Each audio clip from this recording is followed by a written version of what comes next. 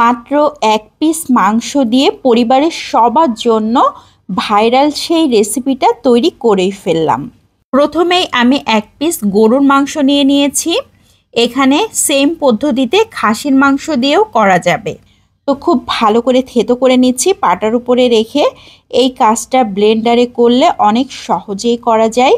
যাদের হাতের কাছে ব্লেন্ডার আছে তারা ব্লেন্ডারে এই কাজটা করে নেবেন। তো আমি এখন পাটায় খুব ভালো করে বেটে নিচ্ছি। মাংসটাকে মূল কথা ছোট ছোট করে নিতে হবে। তো এখন একটা পাত্র নিয়ে নিয়েছি, সেই পাত্রে থেতো করে নেওয়া মাংসগুলোকে নিয়ে নিচ্ছি। এখন মাংসগুলোকে খুব ভালো করে ছাড়িয়ে দিচ্ছি। এ পর্যায়ে লবণ দিয়ে দিচ্ছি আধা চা চামচ, হলুদ গুঁড়ো আধা চা চামচ। এ পর্যায়ে সরিষার তেল দিয়ে দিচ্ছি 2 টেবিল চামচ।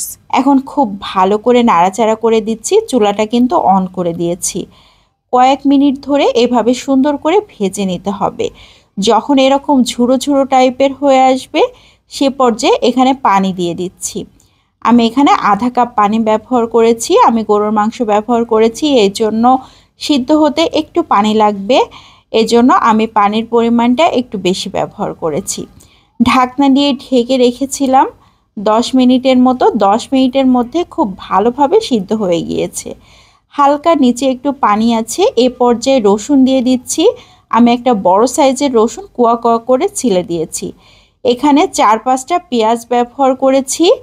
আদা কুচি দিয়ে দিয়েছি, 1 ইঞ্চির মতো আদা কুচি করে তারপর দিয়েছি।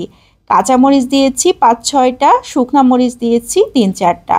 মরিচটা অবশ্যই বুঝে দিতে হবে, যে যেমন পছন্দ করেন। আবারও 1 টেবিল চামচের মতো সরিষার তেল দিয়ে দিয়েছি। খুব ভালো করে এখন অনবরত নাড়াচাড়া করতে হবে। সব কিছু খুব ভালো করে ভেজে নিতে হবে, একদম মুচমুচে করে। এভাবে নাড়াচাড়া করতে করতে একটা সময় দেখা যাবে মাংসগুলো খুব ভালোভাবে মুচমুচে হয়ে গিয়েছে। ঢাকনা দিয়ে ঢেকে রেখেছিলাম 5 মিনিট। 5 মিনিটের মধ্যে পেঁয়াজ রসুন সব কিছু অনেকটাই নরম হয়ে গিয়েছে। এখন শুধুমাত্র ভাজি করে নেওয়ার পালা। তো অনবরত নাড়াচাড়া করতে করতে সব কিছুই ভাজি হয়ে গিয়েছে। মাংসগুলো তো একদম মুচমুচে হয়ে গিয়েছে। এ পর্যায়ে আমি ঠান্ডা করে নিয়েছি। এখন একটা শিলপাটার উপর নিয়ে নিচ্ছি। খুব ভালো করে বেটে নিতে হবে।